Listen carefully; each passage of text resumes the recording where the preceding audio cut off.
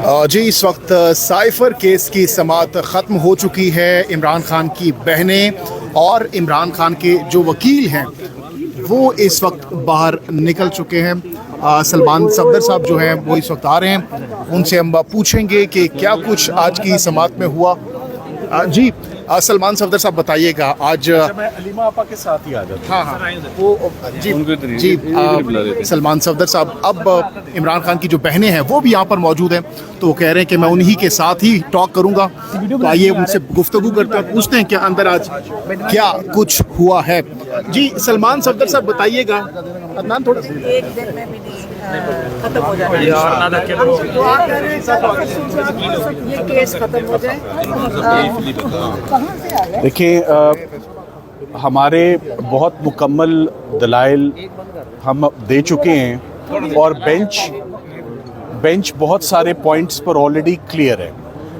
हमें इस बात पर कुछ क्रिटिसिज्म का सामना करना पड़ा कि साइफर केस बहुत स्लो चला है। मैं साइफर केस स्लो क्यों चला है, मैं उस पर 2-3 बातें ज़रूर करना चाहूँगा।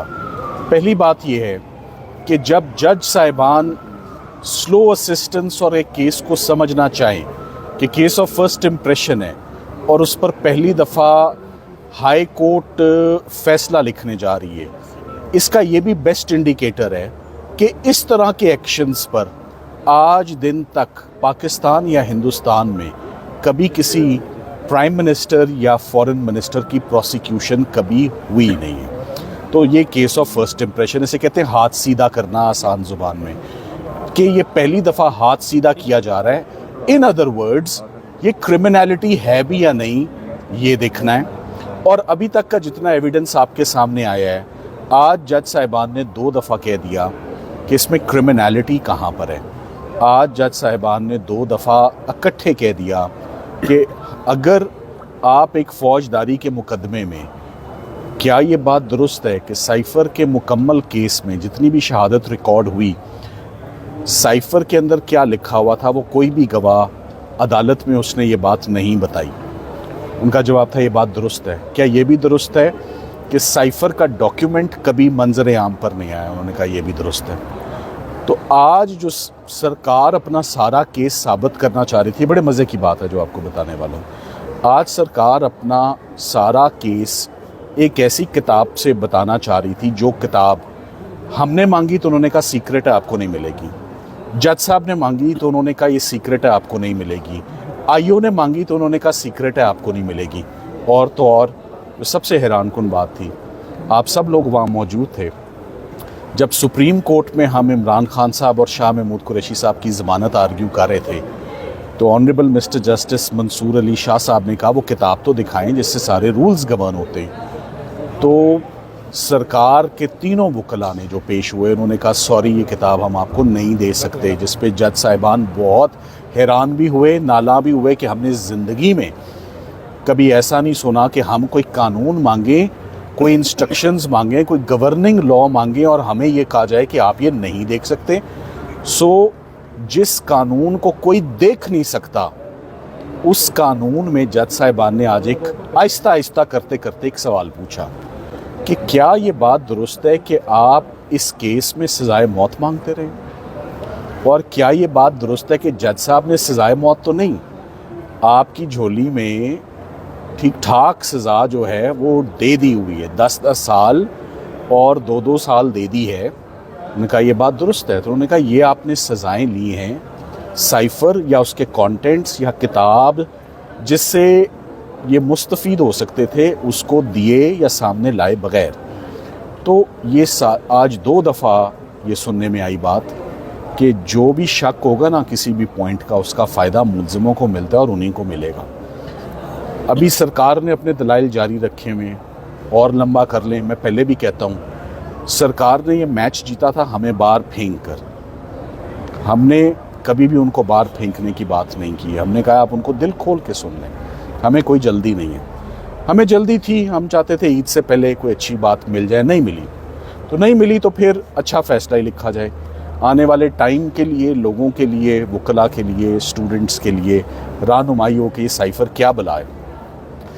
और आज जितना आराम आराम से सरकार अपने केस को पढ़ रही है, जितना ज़्यादा कानून को पढ़ रही है, उतनी गहरी जो है वो खड्डा उनके लिए खुदता जा रहा है जिसमें वो गिरते जा रहे हैं। कल का दिन अहम है, कल के दिन ये अपने आर्ग्यूमेंट्स को कंक्लूड करेंगे, वाइंड अप करेंगे। मगर साइफ़र का केस इम्पॉर्टेंट इसलिए था कि हमारी पहले दिन से एक हिकमत अमली होती है, और वो हिकमत अमली ये थी कि हमें किसी भी सूरत चौथी दफ़ा एक केस को दोबारा रिमांड नहीं करवाना। मैंने आपको पहले भी एक दफ़ा बोल दिया था, आमद हुई थी, आज फिर बोल देता हूँ। 4 मौके CSS की अटेम्प्ट में भी नहीं मिलते, 4 मौके मियाँ बीवी को भी नहीं मिलते। तो जज अबू असनाद जुल्करनैन साहब को कैसे 4 मौके मिल जाएं कि एक ही केस पे वो चौथी दफ़ा अपना हाथ सीधा करें, और चौथी दफ़ा जो केस में कमियां रह गई हमसे सुन के उन कमियों को पूरा कर लें, फ्लॉज को, डिफेक्ट्स को, शॉर्टकमिंग्स को, लकूनास को, उनको फिलअप कर लें वो। सो जज साहिबान का ये बड़ा दुरुस्त फ़ैसला है कि वो इस केस को मेरिट्स पर डिसाइड करने वाले हैं, और ये अब फ़ैसला इसी हफ्ते आपको इंशाल्लाह सुनने में मिलेगा। और साइफ़र का केस मेरिट्स पर, अभी तक और जितने भी केसेस हैं मेरिट्स पर, ये खान साहब का पहला केस है। तो देख लेते हैं कि इमरान खान साहब ने कौन सा जुर्म किया है, शाह महमूद कुरैशी साहब ने कौन सा जुर्म किया है, बड़ा जुर्म किया है या छोटा किया है। उन्होंने तो सब लगाया है कि कहीं ना कोई दवाई तो लड़े ना। वो जो मैंने कहा था, हकीम साहब 4 दवाइयाँ हर किसी को दे देते थे, कामयाब प्रैक्टिस थी। तो किसी ने पूछा कि आपकी कामयाब प्रैक्टिस कैसे है, उन्होंने कहा 4 गोलियां देता हूँ, कोई तो लड़ेगी। तो खान साहब को इतनी सज़ाएं उन्होंने सुना दी कि कोई सज़ा तो लड़ेगी। ऐसे नहीं होता। You have to be very categoric, you have to be very specific. ये किसी की लाइफ लिबर्टी की बात है। ये बात मैं ज़रूर कहूँगा कि जब एक वज़ीर आज़म बिहाइंड द बाज हो, जब एक seasoned foreign minister behind the बाज हो, तो उनकी एक टॉप प्रायोरिटी बनती है। इमरान खान साहब को बिल्कुल स्पेशल नहीं ट्रीट किया जा रहा। अगर मैं ये डिमांड करूँ ना, बिल्कुल स्पेशल नहीं है। स्पेशल ये होता है कि मैं कहूँ आज ही फैसला सुना जाएगा।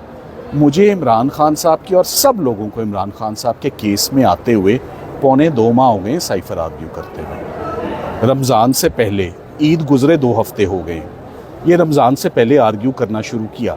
सो अब बहुत मुनासिब होगा इंशाल्लाह, मेरी जज साहब से यही तवक्को होगी कि साइफ़र का केस एक आध दिन में सरकार अपने दलाइल मुकम्मल करके, तो हमें जो हक है, अगर एविडेंस को स्मैश हुए 15 दिन हो गए हैं और ख़ान साहब और शाह साहब अगर अभी भी बिहाइंड द बार्स हैं, तो ये ज़्यादती है। हमने ज़मानत किसी दिन नहीं मांगी, ना ज़मानत मांगेंगे हम।